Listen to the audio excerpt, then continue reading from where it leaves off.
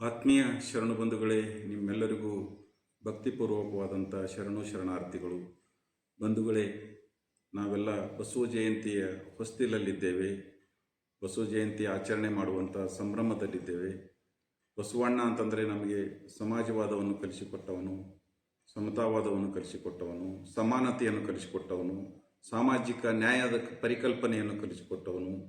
ಬಸವಣ್ಣ ಅಂತಂದರೆ ನಮಗೆ ದುಡಿದು ಉಣ್ಣುವುದನ್ನು ಕಲಿಸಿಕೊಟ್ಟವನು, ಕೆಳಗೆ ಬಿದ್ದವರನ್ನು ಮೇಲೆತ್ತುವುದನ್ನು ಕಲಿಸಿಕೊಟ್ಟಂತಹ ಮಹಾಶರಣ ಬಸವಣ್ಣ.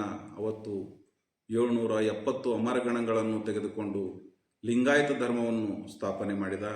ಅದಕ್ಕಿಂತ ಪೂರ್ವದಲ್ಲಿ ಚಾತುರ್ವರ್ಣ ವ್ಯವಸ್ಥೆಯಲ್ಲಿ ಅನೇಕ ಮೇಲು ಕೀಳುಗಳೆಂಬ ಭೇದ ಭಾವಗಳಲ್ಲಿ ಬದುಕುತ್ತಿದ್ದ ಎಲ್ಲ ಜನರನ್ನು, ಎಲ್ಲ ಕಾಯಕ ಮಾಡುವಂಥ ಶರಣರನ್ನು ಒಂದುಗೂಡಿಸಿ ಲಿಂಗಾಯತ ಧರ್ಮವನ್ನು ಸಂಸ್ಥಾಪನೆ ಮಾಡಿದ.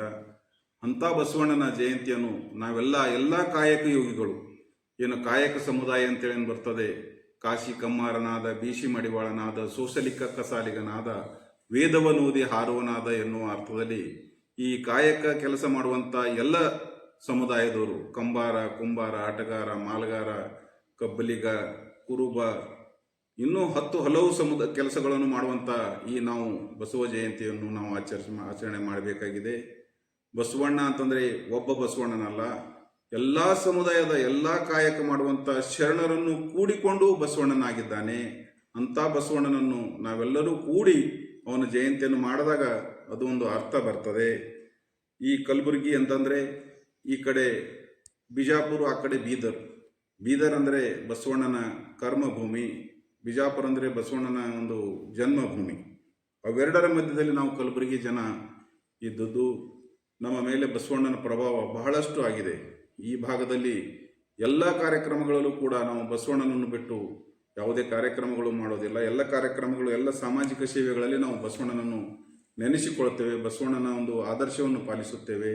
ಈ ಭಾಗದಲ್ಲಿ ಬಸವಣ್ಣ ಅಂತಂದರೆ ನಮಗೆ ಒಂದು ಆದರ್ಶ. ಇದೇ ಸರ್ಕಾರ ಕೂಡ ಬಸವಣ್ಣನನ್ನು ಸಾಂಸ್ಕೃತಿಕ ನಾಯಕ ಅಂತೇಳಿ ಮಾಡಿದ್ದು ನಮ್ಮೆಲ್ಲರಿಗೂ ಭಾಳ ಹೆಮ್ಮೆಯನ್ನು ತಂದಿದೆ. ಇತ್ತ ಬಿಜಾಪುರದಲ್ಲಿ ಬಸವ ಜಯಂತಿ ಉತ್ಸವ ಆಚರಣೆ ಮಾಡುವವರು ಅಲ್ಲಿ ಒಬ್ಬ ಮಾರ್ವಾಡಿ ವ್ಯಕ್ತಿಯನ್ನು ಕರೆಸಿ ಅವರು ಈ ವರ್ಷದ ಬಸವ ಜಯಂತಿ ಉತ್ಸವದ ಒಂದು ಸಮಿತಿ ಅಧ್ಯಕ್ಷ ಮಾಡಿದ್ದಾರೆ. ಆ ಮಾರ್ವಾಡಿ ಮಾಡೋದು ನನಗೆ ಭಾಳ ಆಶ್ಚರ್ಯ ಅನ್ನಿಸ್ತು. ನಾನು ಅಲ್ಲಿ ನಮ್ಮ ಗುರುಗಳಾದಂಥ ಶರಣ ಸಾಹಿತಿ JS ಮಾಲಿ ಪಾಟೀಲ್ ಸರ್ ಅವರು ನನಗೆ ಹೇಳಿದಾಗ ಆಶ್ಚರ್ಯ ಅನ್ನಿಸ್ತು. ಯಾಕ್ರಿ ಗುರುಗಳೇ, ನೀವು ಮಾರ್ವಾಡಿ ಮನುಷ್ಯನ ತಂದು ಈ ಒಂದು ಉತ್ಸವದ ಅಧ್ಯಕ್ಷ ಮಾಡಿರಲ್ಲ, ಏನು ಶ್ರೀಮಂತನಿದ್ದಾನಂತೇಳಿ, ದುಡ್ಡಿದೆ ಅಂತೇಳಿ ಮಾಡಿದ್ರೇನು ಅಂತೇಳಿ ನಾನು ಅವರಿಗೆ ಒಂದು ಮಜಾಕ್ ಮಾಡಿ ಕೇಳಿದೆ. ಅವ್ರು ಹೇಳಿದ್ರು, ಬಿಜಾಪುರ ಜಿಲ್ಲೆಯಲ್ಲಿ ಮೊಟ್ಟ ಮೊದಲು ಬಸವ ಜಯಂತಿಯನ್ನು ಆಚರಣೆ ಮಾಡೋದು ಆ ವ್ಯಕ್ತಿ ಅನ್ನೋ ಕಾರಣಕ್ಕಾಗಿ ಅವನಿಗೆ ಈ ವರ್ಷದ ಒಂದು ಉತ್ಸವದ ಅಧ್ಯಕ್ಷರನ್ನಾಗಿ ಮಾಡಿದ್ದಾರೆ. ಬಂಧುಗಳೇ, ಬಸವ ಜಯಂತಿ ಆಚರಣೆ ಇದು ಯಾವುದೇ ಮಠಾಧೀಶ ಆಗಲಿ, ಯಾವುದೇ ಇವತ್ತಿನ ಸಮಾಜದ ಮುಖಂಡರಾಗಲಿ, ರಾಜಕಾರಣಿಗಳಾಗಲಿ ಮಾಡಿಲ್ಲ.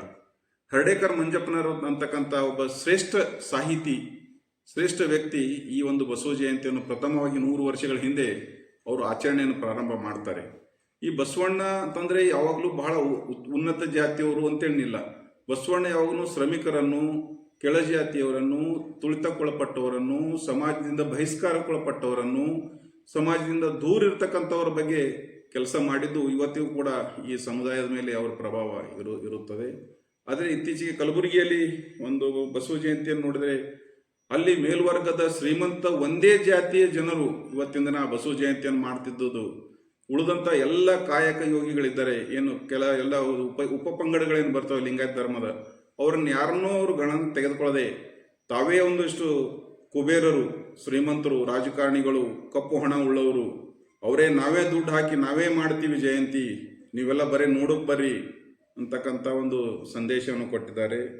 ಇರಲಿ, ಅವ್ರ ಕಡೆ ದುಡ್ಡಿದೆ, ಅವ್ರು ಮಾಡಲಿ. ಆದರೆ ಅಲ್ಲಿ ಸಮಿತಿಯ ಅಧ್ಯಕ್ಷರೊಬ್ಬರು ಇನ್ನೊಂದು ಮಾತು ಹೇಳ್ತಾರೆ, ಬಸವ ಜಯಂತಿಯಂದು ಬೇರೆ ಯಾವುದೇ ಫೋಟೋಗಳನ್ನು ಹಾಕಕೂಡದು. ಅವರು ಫರ್ಮಾನ್ ಹೊರಡಿಸಿದ್ದಾರೆ, ಆದೇಶ ಹೊರಡಿಸಿದ್ದಾರೆ. ಅವ್ರಿಗೆ ನಾನು ಹೇಳಲು ಬಯಸ್ತೇನೆ, ಬಸವ ಜಯಂತಿ ಇದು ಒಬ್ಬ ವ್ಯಕ್ತಿಯ ಜಯಂತಿ ಅಲ್ಲ. ಬಸವ ಜಯಂತಿ ಇದು ಶರಣರ ಜಯಂತಿ. ಬಸವಣ್ಣ ಒಬ್ಬ ವ್ಯಕ್ತಿಯಲ್ಲ, 770 ಅಮರಗಣಗಳನ್ನು ಸೇರಿಸಿ ಬಸವಣ್ಣನಾಗಿದ್ದಾನೆ. ಬಸವಣ್ಣನನ್ನು ಒಬ್ಬೊಟ್ಟೆಯನ್ನಾಗಿ ಮಾಡಿದರೆ ಅದು ತಪ್ಪಾಗ್ತದೆ. ಬಸವ ಜಯಂತಿಯಂದು ಎಲ್ಲ 770 ಅಮರಗಣಗಳು ಫೋಟೋಗಳನ್ನು ಮೆರವಣಿಗೆ ಮಾಡುವ ಮೂಲಕ, ಅವರ ಭಾವಚಿತ್ರಗಳನ್ನು ಇಡುವ ಮೂಲಕ ಬಸವ ಜಯಂತಿಯನ್ನು ಆಚರಿಸುವುದು ಸೂಕ್ತ. ಅದಕ್ಕಾಗಿ ಆ ಒಂದು ಬಸವ ಜಯಂತಿ ಅವರು ಹೇಗೆ ಆಚರಿಸ್ತಾರೆ ಆಚರಿಸಲಿ. ಆದರೆ ನಾವುಗಳೇನು ಈ ಸಮುದಾಯದವರೇನಿದ್ದೀವಿ, ಉಪಪಂಗಡಗಳ ಸಮುದಾಯದವರು, ಬಸವಣ್ಣನ ಕಾಯಕ ದಾಸೋಹ ಶಿವಯೋಗದ ಸೂತ್ರವನ್ನು ಅಳವಡಿಸಿಕೊಂಡಂತ ಏನು ಉಪಪಂಗಡಗಳು ಬರ್ತೀವಿ, ನಾವು ಹಿಂದುಳಿದ ಎಲ್ಲ ಪಂಗಡಗಳು ಕೂಡ ಪ್ರತಿ ವರ್ಷದಂತೆ ನಮ್ಮ ಮನೆಯಲ್ಲಿ ಬಸವ ಜಯಂತಿಯನ್ನು ಆಚರಿಸೋಣ, ನಮ್ಮ ಊರಲ್ಲಿ ಬಸವ ಜಯಂತಿಯನ್ನು ಆಚರಿಸೋಣ, ನಮ್ಮ ತಾಲೂಕಿನಲ್ಲಿ ಬಸವ ಜಯಂತಿಯನ್ನು ಆಚರಿಸೋಣ. ಬಸವ ಜಯಂತಿ ಅಂದರೆ ಒಂದು ಆಡಂಬರ, ಬಸವ ಜಯಂತಿ ಅಂದರೆ ಒಂದು ಹಬ್ಬ, ಬಸವ ಜಯಂತಿ ಅಂದರೆ ಒಂದು ಉತ್ಸವ ಅಲ್ಲ. ಬಸವ ಜಯಂತಿ ಅಂದರೆ ಒಂದು ಅರಿವು, ಬಸವ ಜಯಂತಿ ಅಂದರೆ ಒಂದು ಆಚರಣೆ, ಬಸವ ಜಯಂತಿ ಅಂದರೆ ಒಂದು ಅನುಸರಣೆ. ಬಸವಣ್ಣನ ವಿಚಾರಗಳನ್ನು ಆಚರಣೆ ಅನುಸರಣೆ ಮಾಡುವುದೇ ಬಸವ ಜಯಂತಿ ಆಗಿರುತ್ತದೆ. ಅದಕ್ಕಾಗಿ ಎಲ್ಲ ಬಸವ ಭಕ್ತರು, ಬಸವ ಅನುಯಾಯಿಗಳು, ಬಸವ ಪ್ರೇಮಿಗಳು, ನೀವುಗಳು ನಿಮ್ಮ ಮನೆಯಲ್ಲಿ, ನಿಮ್ಮ ಊರುಗಳಲ್ಲಿ, ನಿಮ್ಮ ತಾಲೂಕುಗಳಲ್ಲಿ, ನೀವು ಇರತಕ್ಕಂಥ ಸ್ಥಳದಲ್ಲಿಯೇ ಬಸವಣ್ಣನ ಭಾವಚಿತ್ರದೊಂದಿಗೆ ಇನ್ನುಳಿದ ಎಲ್ಲ ಮಹಾಶರಣರು, ಬಸವಣ್ಣನ ಸಮಕಾಲೀನ ಶರಣರು ಬರ್ತಾರೆ, ಎಲ್ಲ ಶರಣರ ಫೋಟೋಗಳನ್ನು ಇಟ್ಟು, ಭಾವಚಿತ್ರಗಳನ್ನು ಇಟ್ಟು ಬಸವ ಜಯಂತಿ ಮಾಡಿದರೆ ಅದು ಸೂಕ್ತ ಆಗ್ತದೆ. ಇಲ್ಲದಿದ್ದರೆ ಒಬ್ಬ ಬಸವಣ್ಣನ ಫೋಟೋ ಇಟ್ಟು ಬೇರೆ ಎಲ್ಲ ಶರಣರ ಫೋಟೋ ಬ್ಯಾಡ್ ಅನ್ನೋದು ಮೂರ್ಖತನ ಆಗ್ತದೆ. ಅದಕ್ಕಾಗಿ ಎಲ್ಲರೂ ಬಸವ ಭಕ್ತರೇನಿದ್ರಿ, ನಿಜವಾದ ಬಸವ ಅನುಯಾಯಿಗಳೇನಿದ್ರಿ, ಅವರುಗಳು ಎಲ್ಲ ಶರಣರ ಫೋಟೋಗಳನ್ನು ಇಟ್ಟು ಮಾಡಬೇಕು. ಯಾಕೆ ಹೀಗಾಗಿದೆ ಅಂತಂದ್ರೆ, ಈ ಬಸವ ಜಯಂತಿ ಮಾಡುವವರು ಇವರು ಬಸವಣ್ಣನ ಅನುಯಾಯಿಗಳಲ್ಲ.